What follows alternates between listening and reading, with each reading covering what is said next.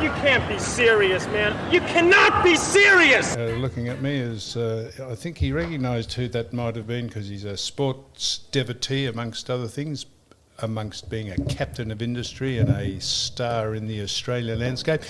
He probably recognised that was John McEnroe saying, "You cannot be serious," when he was defaulted in Wimbledon for shouting at an umpire. So that's the name of our podcast, called You Cannot Be Serious, and he's the man that we got the inspiration from. So before I just say who we're speaking to, this man is, as with a lot of people we interview here, or most of them, they have an extensive history of achievement.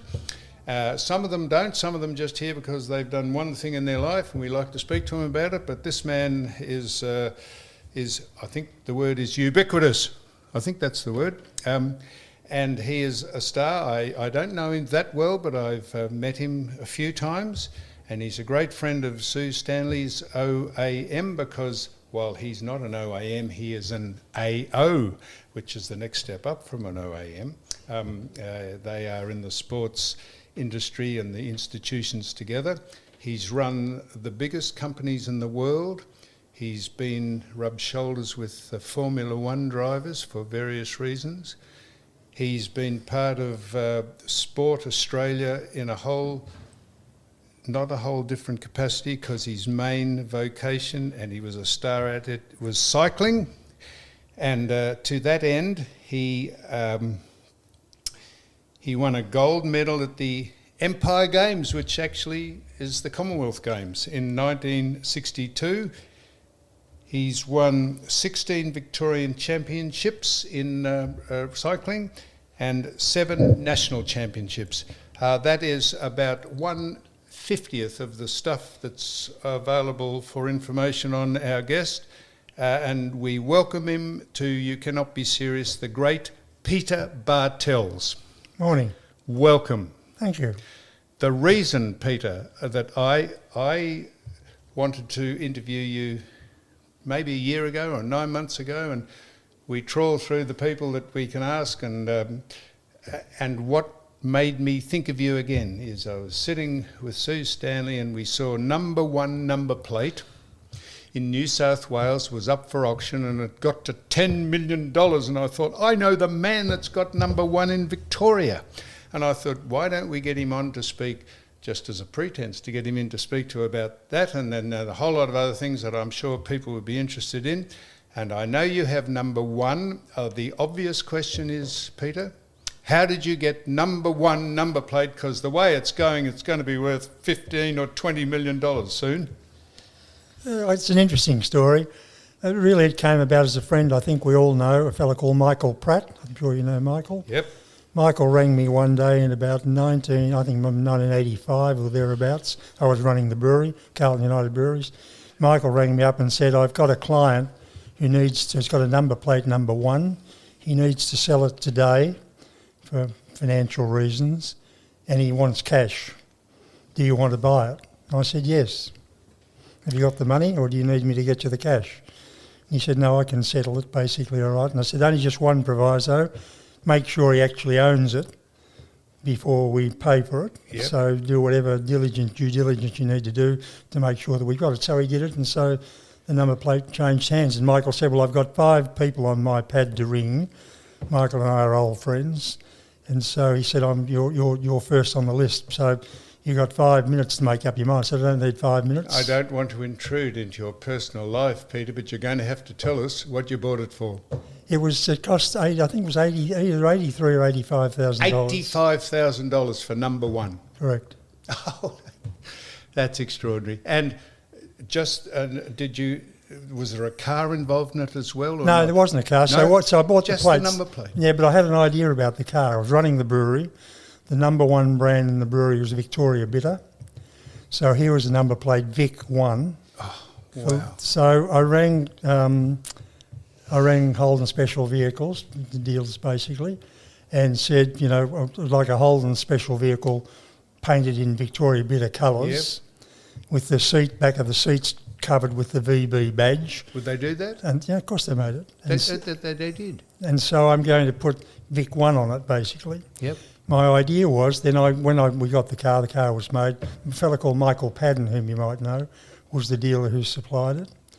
And John Crennan was running Holden Special Vehicles in those days. John Crennan. Yep. So John obliged to do the paintwork, and it's in his book. He's written a book about Vic 1. So what happened with Vic 1, then I decided what I would do. We got the car. So then, firstly, we gave it to representatives, the reps out on the road, killing all the publicans. So the guy that topped his sales orders for the month or the week or whatever it was, we give him Vic 1 to drive for a week. Really? Or 2 weeks. So and it wasn't in your possession then? I owned it and I leased it back to the company. Yep. Because it needed the company. You've got to own the registration on the company. So then we put it out. The salesmen used it. They'd go and visit their publicans. Everybody would gather around, take a photo of the publican with the car and the employee. So then when we finished the run of all the salesmen that had it, they'd entertained their friends and used the car for a while. We then gave it to the publicans. So if a publican had exceeded his thing, we put it on the back of a truck, deliver it to him, give it to him for a month to drive in his local town. Extraordinary marketing coup that is, because no one, when they see Vic 1, they would think that's just a hybrid thing that you'd put on the front of your car for advertising, but that is the real deal. Well, remember at that time we were highly creative. I was running the brewery. John Elliott was the chairman. We'll get onto that. Don't worry about that, Peter. So at that time we'd launched Foster's. We just launched Foster's, which was an unknown brand, hardly ever sold in Australia. It was an export brand. And we decided that we wanted a brand because in 1984-5, all the beer that was sold around Australia was sold by territory. In Queensland it was 4X. In New South Wales it was Tooheys and Tooths. In Victoria it was Victoria Bitter, Melbourne Bitter and Abbott's Lager. Courage? No Courage. No. Courage had been and gone by that time. Yeah. So South Australia it was West End, and in Western Australia it was Swan. 80% of beer that was sold in bulk. People drank at hotels. 20% of beer was packaged in those days. A very significant market.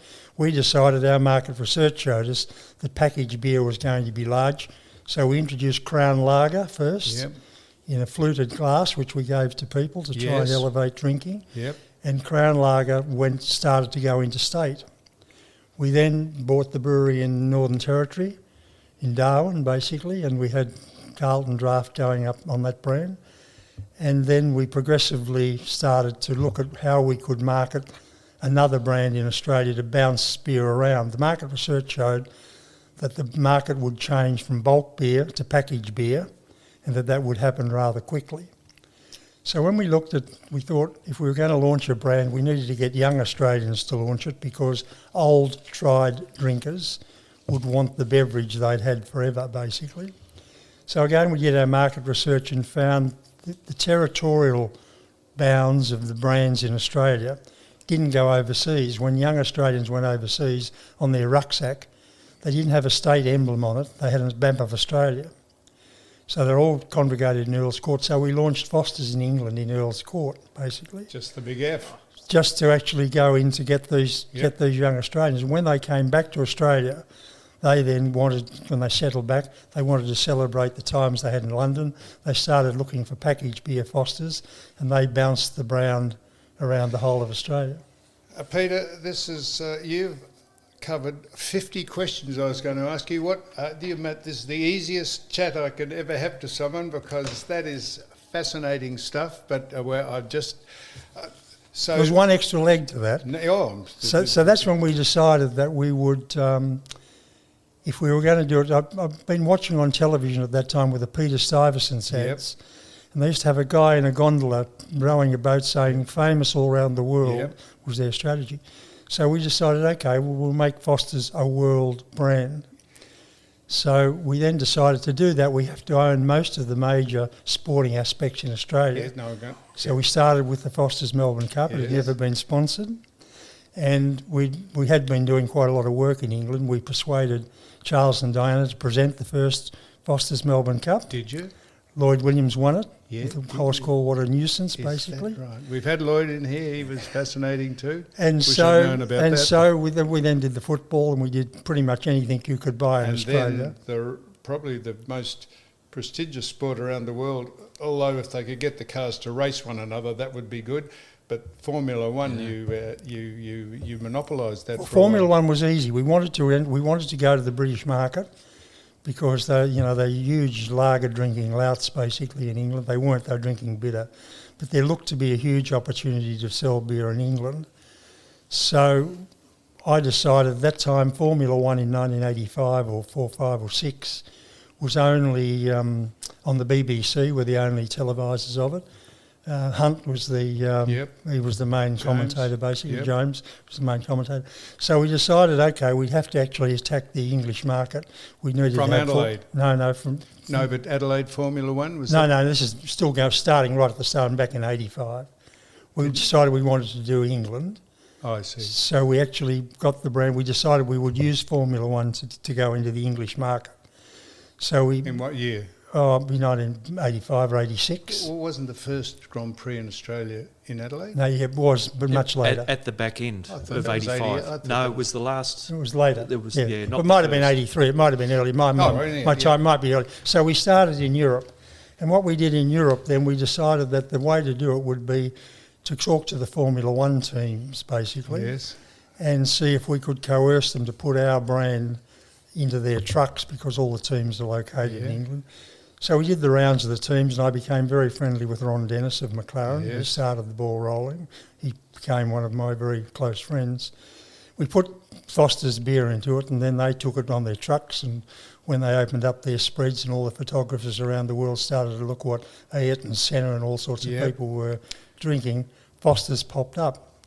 And then I saw Bernie Ecclestone and decided we'd take a package in Formula One. And we took, I think it cost us $10 million when we registered it. That pretty big, and is that in the 80s? No. Well, it might have been early 80s anyway, I can't remember. Pretty big package, 10 million. Oh, well. And then? It was a big brand. We had a big brand in Australia. What was it? When did you get out of Formula One advertising? Well, so we went into Formula One. It's quite an interesting story in Formula One. I had an unusual rule about buying advertising. I always bought target audience rating points, which is really what advertising people sell you. They very seldom deliver what they sell you because most television companies or advertising companies sell on television anyway. They sell about 120% of prime time, and then they give you make-ups for the 20% that they can't deliver because they've overbooked. And most people accept the make-ups. Yep. I always audited my advertising, and if they didn't run it when they said they were going to run it, I actually asked for a check back. Kerry Packer's an old friend of mine. Who was? Kerry Packer. Yes, oh sorry. Because he was running the television in Australia at that time. He tells me I'm the only person ever that ever asked for my money back in those particular advertisements. So when I did Formula One with Bernie Ecclestone, I said, he gave me an offer for a price, I can't remember now, probably 10 million or something.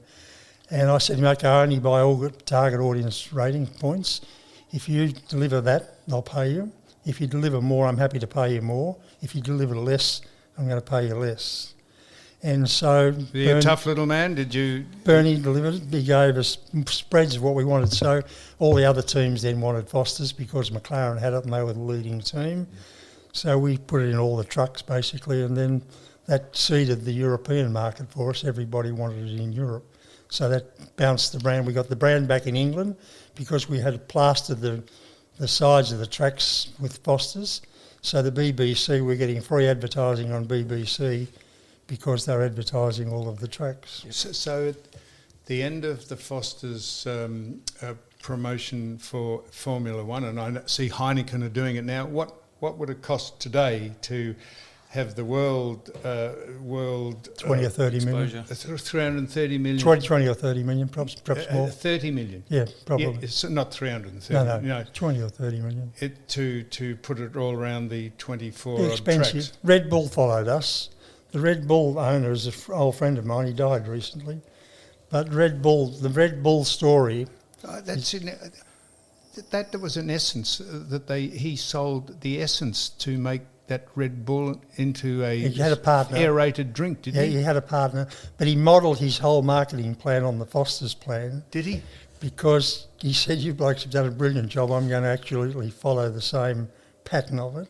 which is what he did. So he plastered Red Bull on motorsport, he plastered it on aeroplanes, he plastered it everywhere. He did exactly what we did with Foster's. How big is Red? Did he? Be the largest beverage. Didn't he invent just an essence like? No. He had a partner. He bought it from I think a Thai fella, a Thai owner, invented the essence. Yes. And he sold it to Maastricht, who actually decided that he could market it based on what he'd seen happen with Formula. That'd be a bit. How many billion-dollar industry? That is extraordinary. It's huge. There's another part of the Foster's story. I'm probably getting ahead. The other part was the American market.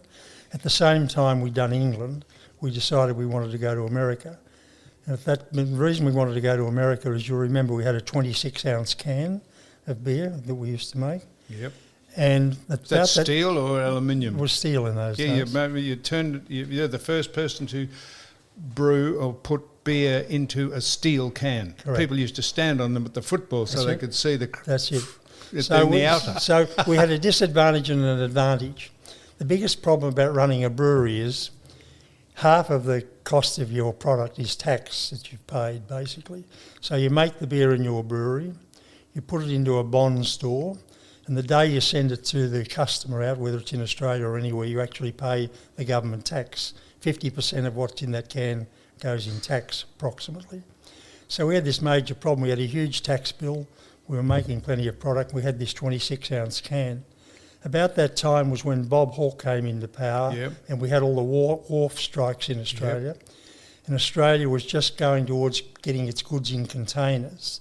And the container ports were full of containers that had arrived, goods we imported, but we didn't have much that we exported back out of Australia in containers because we mostly did bulk goods. So we discovered that if we could buy these containers to go anywhere in the world, literally for nothing, because they needed to get them back into their base. So we looked at the American market and decided Paul Hogan was on the scene. He'd been doing the Paul Hogan ads about, throw a shrimp on the barbie or something. So we decided we'd enter the American market because we could get, firstly, the containers were here. We could get the shipping back to America for almost nothing because they wanted to get the containers back, so they would take a small impost from us to ship them back. If we shipped the product straight from our warehouse to the wharf, we didn't have to pay tax, so we saved the tax. So we entered into the American market, and we went to all of our suppliers and said, we're going to supply the American market. The problem with the Australian beer market is it only has one peak, Christmas. Summer and Christmas hit at the same time. The rest of the world, the brewers get summer and they get Christmas in the winter. And they're opposite things, so they get two peaks for their brewery. Wow. So we had our breweries lying idle during the winter period. So we actually used the winter to seed markets overseas so we could actually get 100% of I hope when you left Foster's they gave you the biggest payout of anyone ever known, because that is genius stuff there, what you're saying. That's, to be across all that. And the genius was, Hogan was getting his traps and he was about to do Crocodile Dundee. So John Elliott and I were major sponsors of Crocodile Dundee when he put his show to the road, basically. And so we decided we would use Hogan to do our ads. We'd used him in England to do our ads, and when we used him in America, so he led our campaign when we did the American. So we captured the American beer market, the imported beer market, because we had three things. One, we didn't have to pay tax. Two, we got the freight for nothing to get it there. Three, when we landed it, it got a premium over the local beers because it was imported at 15% in that market. So you gave Mr. Hogan a decent stipend to do this? Interesting. We had when he was making his film was when we were launching this campaign. The board of whoever we were at the time, Foster's or Elders, were really concerned. They said to me, Peter, we're really worried. Have you got a contract with Hogan? And I said, no. And they said, well, aren't you worried? This bloke might go and get another beer branded or whatever. And I said, well, he might, but I doubt whether he'll sign anything anyway, but he might. I'll ask him. So he was making his film all around the world. We put a lawyer from Coors, a major firm in Melbourne, to chase them around the world to try and get them to sign a contract. It took ages. Anyway, eventually, Strop rang me up one day. John Cornell, he was Hogan's manager. He rang me up one day. He said, Peter, Hogs said, you're driving him mad wanting a contract. But anyway, he's done it. So I want to come down and go through it with you. So I said, what do you want to go through with me if you signed it? And he said, we got a few questions we want to ask you. So anyway, one day Strop arrives with Delvine. So you had given him the amount that you were going to pay him? Yeah, we sort of like yes, no, and then Strop said, John Cornell said, well, you've given us the figure, but we'd like to come and chat to you a little extra. And we just want to have a look at it. So Strop arrived with their secret weapon, Delvine, almost wearing something.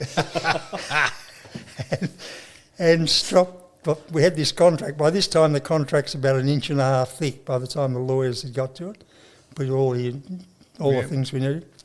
So anyway, we went through the first page, and Strop had about 10 questions. After we'd done about 20 pages, I'd answered, I reckon, about 100 questions. And I said to Strop, shit, for blokes that didn't want a contract, you fellas, Strop was super smart. Yeah. For blokes that didn't want a contract, you blokes are looking pretty smart. So he chucked the contract across the table and he said, Hogue said you'd have all the answers, so he signed it anyway. And on the back of the contract, Hogue wrote, Peter, I've signed this contract in good faith, but when I don't feel like being funny for you any longer, I wonder what you'll do. Fantastic. Are you allowed, Peter, to say what the contractual arrangement was? No, I couldn't say fiscally. It was big. It was reasonable. It was fair. It was more than fair. We were generous. We were actually. John Elliott had a wonderful trait.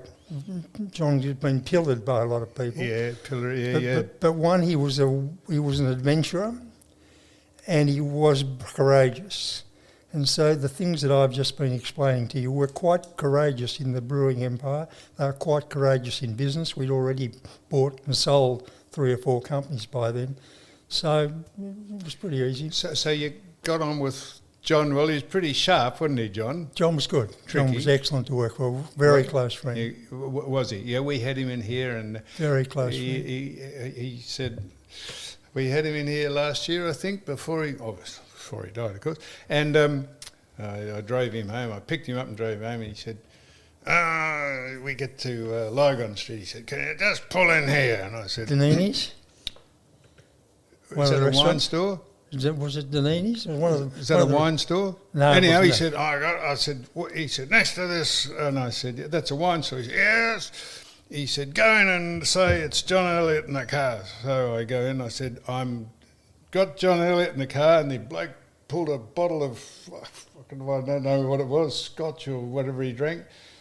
And I said, how much? And he said, it goes on his account. Oh, no, the bloke didn't say. The bloke said, it goes in his account. I said, no, I'll buy it, because it's... So I came out, and that's all he wanted, a bottle of scotch or whatever. So he gave that a nice touch up. And he was fantastic. But he was... I'm glad you got on well with him, because I wasn't sure about that. He's ahead of his time. He was actually wonderful. He founded the thing. He assembled a team of people, Peter Scanlon, Jeff Lord, Tim Jarrett. And he was a fearless leader. We had a wonderful chairman, a fellow called Sir Ian McLennan, who was the chairman of BHP.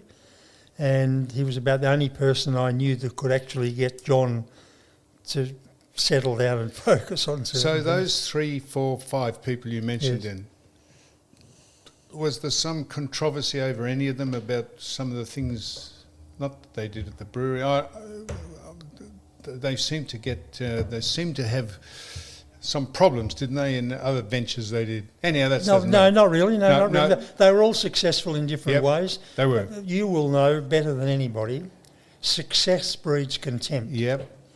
And so when you've been successful, it appears to me, and as an old man talking, people revere and hang on to your coattails for the success, and they want to embellish it until they don't. And then occasionally jealousy takes over from embellishment. And so tall poppies grow. They grow strongly in sunlight. They get cut down in darkness. This reminded me of a great... I didn't make this up, so I'm plagiarising it. Someone said, never worry about the haters. They're only angry at the truth you speak because it contradicts the lies they live. They're the aftermath. Yes. They're not the beginning. No. And they're not the end. Because if the beginning is significant, we always used to sit around a table and say, okay, we're going to upset a few people. When we did one of the grand finals, we pulled the whole flag out across the MCG, you might remember? I do. Flag of Australia, basically. Nobody had ever done it. And we took a lot of criticism. Neil Mitchell gave us hell for a period of time over it. But it passed. Didn't our sales, basically. In Canada, we did similar things. As we bought breweries around the world, we bought the major breweries in Canada, the two of them. So we owned the Nordiques, which is the major hockey team in Canada. We won the Stanley Cup several times with them, and we owned the Blue Jays, the major Canadian football team. So we did a lot. We did a lot of things that were forward thinking, and we took some flack for it. So you mentioned people who advertised for you, Hogan and I think Barry Humphries. Did Barry Humphries? He did some stuff in London. Some stuff? Yeah. And Barry McKenzie? Barry McKenzie, he loved it. He was good. Only thing was keeping him up in clothes. He kept dripping Barry stuff Crocker, down. that's right. So now you're well... And we were at that stage, if you were to do your history, you'll find we were pretty much for most of our career ahead of the pack. We were ahead of the pack when we originally started. We bought the Elders IXL. The jam factory. In effect, So we built the jam factory. We refurbished the jam factory. When we did the jam factory, Chapel Street was dying. It's declining again a bit now. Still I think is, they're going to refurbish it, basically. Peter, you started off at Carlton and United Breweries, and then you developed Foster's. Is that right? Correct. Foster's was that came first, CUB, and then you wanted to Fosterise the world. Well, I'm a publican's son. It was when we bought Foster's.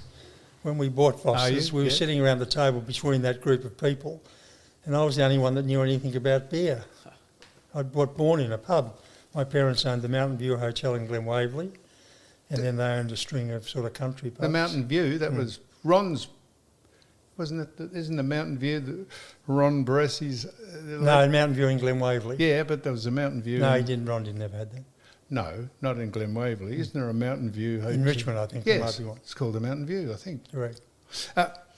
Now, we were talking about here, which we were talking about in an earlier episode 2, about water. And, California want to turn sewage into water. And it'll be okay.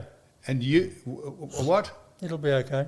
Oh, well, let me ask you the question. If you had a Foster's now, would you be putting sewage water into making your beer? Because you said you owned, it says here. You could. You owned a company called Rolling Rock. That's right. And you Mountain water, town water. Yes, that's right. Correct. So don't tell me the water would be all right, that you'd make Foster's out of reconstituted water out of sewage. Well, the interesting thing is that when you actually, when you take the water to make your beer, you actually strip it of everything that was in it when you got it, other than liquid. Yep. And then you re-add back into it the mineral base and all the things you need to do and actually to get its flavour enhancements and the things that it needs. So I don't know today, I'm not close enough to the technology, but it is quite possible. It's not the point though, Peter. No, it's quite possible if they strip that stuff out that you could end up with a liquid that was absolutely inert that would cause no particular problems. I don't know the answer. Can you imagine the competitors? Corona. Absolutely. Saying, Foster's, made out of sewage. Absolutely, I could. You wouldn't do it. You couldn't. I watched a fantastic thing on how Corona maintains its flavour, and they have a plant no bigger than your little fingernail, and they take a minute genus off it every time they want to make a run of beer, and they what do you call it? They ferment it? No, they grow it. They grow it. That's yeast. They put it in. As yeast, but they I can't think plant of it. Yeah, but they develop it in the make it grow. test tube. Like an embryonic. Yes, an embryo. And someone said, "Gee, the plant's only as big as your fingernail." I said, "That'll last for 500 years. We just put a pinprick in it, and then they develop the flavour of the pinprick." Sounds fictitious. Nevertheless, it's partly right. Oh. The part that's right is that the flavour of beer comes from yeast. Yes. If you ever brew ginger beer at home or whatever it is, you have a yeast plant. You with the yeast plant. You can brew your own ginger beer. So Carlton United Breweries are using yeast that's probably about 150 years old, and they guard this stuff like gold. That's right. Because it's the base thing that you put into the fermentation process to start vaguely the yeast. what I'm talking about. In fact, exactly, Carlton did during the war. The breweries in Denmark, Carlsberg and Tilburg, lost their yeast, got disturbed, and Carlton United Breweries provided the seed base for those Danish beers to resuscitate themselves. So that's vaguely sort of That's right. the story. I know quite a lot about Corona. We tried to buy Corona. I went there and had long, serious negotiations. Did you? The thing that gives Corona its flavour is the bit of lemon they put in the top. That's right. No, that's. I only remember the little thing they bought. That's true of all beer, though. Basically, all beers start from a yeast plant. They bought it out of a little safe, and it was guarded, and that's it. Security guards came, and they made a big product. And they are the biggest packaged beer at the minute, are they? In Mexico, they're big. It's owned by Anheuser-Busch. Yes. They were bought by Anheuser-Busch. Jesus, how many questions can I... it's just a fascinating... Now, so... I'm getting onto your cycling in a minute because you started at that and you started off at Abbott's as a chemist or a pharmacist that was your early days. I was a rep. I wasn't anything smart. No, I can tell you're not smart. You went to South Africa? I did. Just 2 steps. I got a job as a rep. I'd won a gold medal in the Commonwealth Games in Perth. 1962. The year before... I'll get you onto the Commonwealth Games. No, I've got to start this program. No, don't worry. We'll speak about the Commonwealth. For cycling, in 1960, I expected to win 2 gold medals at the Rome Olympics. Dead set certain. I'd been racing in Europe, been winning all the events. I was going to ride the time trial and the sprint, basically, in the Olympic Games. Just one flaw happened. In the selection races in Adelaide for the Olympic team, I fell over, broke my wrist, and couldn't make the team, basically, so I didn't go to the Olympics. That's on the velodrome? No, not on the velodrome. No, out in the road? Big old flat track, on a track. Oh, yes. Big track, and so I broke my wrist, so I missed going to the Olympics. I missed, I think, an opportunity. You could have stood on the dais with Herb. You never quite know. You never quite know, but you know when you're at least in the frame. Yep. So I was in the frame. So the next year I married my wife, Marilyn, who subsequently died, because we were going to go back to Europe and sort of live as a cycle professionally. So I was getting ready to do that in 1961. My father died, he was 47, and he left his hotel estate to me, which was complicated. I had a business to run, basically, several hotels. 1962 Commonwealth Games were coming up, and he was disappointed, of course, that I didn't win the Olympics. So I decided I'd go to the Commonwealth Games, and I was only going to win a medal. It didn't occur to me that I wouldn't, and that's all I was going to do. So I actually went, got my medal, and I stopped that night. I never raced again. Didn't you? And in 60, you were probably the favourite to win a gold with Herb Elliott won it, didn't he? You never know. You never know. You never know. You know if you're in the first few in the world at the time that you've got a chance, basically. I was going to mention your dear departed wife, who you lost a couple of years ago, I think, Marilyn, and she would have lived your life. She went to the Olympics. She would have lived your life, lived with you all the things we're talking about, and well, of course, I hope you're getting on okay. Life goes on, doesn't it? Yeah, life goes on. Yeah. So, Peter, Michael Pratt gave you this name. Gerd Kramer. Yeah, he did. Gerd Kramer said he asked Peter about Gerd Kramer. He has a fantastic story about delivering the Mercedes people to the Formula One. I'm not sure what Gerd Kramer did, but how do you know him? Gerd was Mr. Mercedes-Benz in Europe. He dealt with all the promotional marketing for Mercedes-Benz for the head office, basically. And so for all the Formula One drivers, his job was to woo them, make sure they all drove Mercedes, go to all the events, look after things. Mercedes had a major accident at Le Mans several years ago. Their cars crashed and they stopped racing Mercedes for a long period of time. Yep. They didn't come back into the market. But anyway, Gert was Mr. Mercedes, so he knew everybody in the world, most of the major sports people. He had this wonderful job, and he was a friend of Alan Jones. He knew Alan Jones very well. Michael Pratt was heavily associated with Alan Jones. And you knew a lot of the form. You knew Senna and Schumacher. So as a result of Gert introduced me to Ron Dennis. Ron Dennis introduced me to Ayrton Senna. I was the man in the paddock with the biggest checkbook because Foster's was writing all the stories, so everybody wants to know you when you're doing that. But out of it came some very, very solid friendships, one with Ron, one with Gert, one with Ayrton, one with Gerhard Berger, and all of those drivers at the time, because they're living in a circus. You see them at the events. I went to most of the events and I had a wonderful time. Gert was the introducer. He knew everybody in the world. It's almost a contradiction in terms of the Formula One circus and caravan. I get up, so does Ivan. Oh, I call him Ivan. I get up in the middle of the night to watch it. Why I get up, I don't know, because there's certain people have ruined it. Verstappen's ruined it, and then I think Schumacher did at one stage, and then Vettel ruined it. No one ever races one another like they do down the back. Can they jig it up? Maybe. I think they've lost some of the personalities, starting with Schumacher. Michael's was quite a close friend of mine. He used to stay with us when he was here. He's been to Portsea a lot. He used to love going and swimming with the dolphins. Did he? In Port Phillip Bay. What do you keep into? What are they possibly keeping Michael Schumacher? I don't know. I don't see Karina. I haven't seen Karina. I haven't interacted with him. But I flew with Michael quite a few times to various events. He was a wonderful person. Good man. He loved coming to Australia. He used to like going to, I think it's Port Lincoln, going in that cage diving with the sharks. Yep.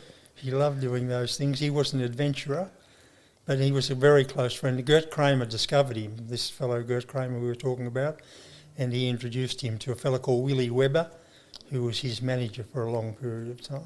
So I know quite a lot about Formula One. And the great, here's a mental block, the James Hunt rivalry with... Murray Walker? No, German driver. Fancy, he just died not long ago. Niki Lauda? Niki Lauda. Why couldn't I think of... A great film called Rush. Yeah. About those two people. Actually, the person that comes to Melbourne a lot, you're worth interviewing one time, is a fellow called John Watson. John Watson drove for McLaren. I know the name. He actually pulled Lauda out of the car. Did he? He was the first car that stopped and plucked him, basically, that particular day. A great film, that. Well acted by the bloke who played Lauda and the big... Lauda used to come here. Lauda came to Melbourne quite a lot when we ran the Grand Prix. Yep. Well, they used to all come by, when they were here, they would come to helicopter at Portsea, come down and spend, after they'd finished practice on the Saturday, they generally come down for a barbecue. Well, it's extraordinary. Now, so the cycling, you're revered around the world. You're on all the commissions and boards, or you were. I had a lot to do with it. There were two bodies running cycling. There was a professional body and an amateur body. The professional body was going broke because the amateur body was financed out of the Olympic proceeds, and so I was instrumental in merging the two bodies, the professionals and the amateurs, into what's now called the Union Cyclist International. And I sat for a long period. Is that French? Yeah, French. Yeah, Union. I saw that. It was pronounced UCI. Yeah, that's right. And so I was instrumental, along with a fellow called Ray Godkin in Australia, in merging the two bodies. He became the treasurer, and then I sat on the board for quite some years. So I've been a member of the International Federation for quite a long period of time. It says in your bio, it says you linked sport, government, and the private sector to the benefit of the sporting community. You overreached all those Well, I got the job of running... John Howard appointed me to run the Australian Sports Commission, which also had the Australian Institute of Sport. So I had a lot to do with convincing the government... In 92 you joined the Australian Sports Commission. No, it would have been earlier than that. A lot earlier than that. I can't remember when. But I had a lot to do with in convincing Howard and others to actually do the Olympics in Sydney. That's right. That's it. That was the next thing it said here. And I'm going to ask you this. So, Chogham. which I think is the Commonwealth Heads of Government Sport in Melbourne. Is the M Melbourne? No. M is CHOGM what? is the Commonwealth Heads of Government Sport. Yeah, they meet around the world. The King goes, or the Queen. Yep. Used to be the Queen. Yep. And I was the head of sport for the Commonwealth. So here we are, the Commonwealth Games, great feeder competition to the Olympics and aspiring athletes. And what happens? And I'm not going to get you to make a political statement. I make enough of them. The clowns, the absolute morons, corrupt and people who run this state can just win an election on saying, oh yes, we'll build stadiums all around Victoria and vote for us, and then when they get the votes and get in, they pull the plug on it. It is a disgrace, not that they can't afford it, that they campaign on the fact they do it. I agree. If you think about the Commonwealth Games, they can be run very successfully. Ron Walker is the chairman of the Commonwealth Games we ran in Melbourne. Yep. Ran a very successful games. I was part of that committee. We didn't have all that much trouble funding it. It worked quite well. Sue will know particularly well, Sue Stanley, that as an athlete, you should know as a footballer too, each progression you make as you enter a sport is important to you. So when you're a junior, what you're doing is important. And eventually, if you're really good at it, you get to the top. But you need pathways. You can't come off the street as a young kid and be it's unlikely. Very few people will come off the street as a kid and become to the top of the world. You need a pathway to go through. The Commonwealth Games provide an extremely useful pathway for young athletes to learn to live in teams, to learn about other sports and to do a whole host of things. And a lot of the Commonwealth Games sports are very practical sports that can be played in countries without building 100,000 seating stadiums. They can play them in paddocks, they can do a whole host of things.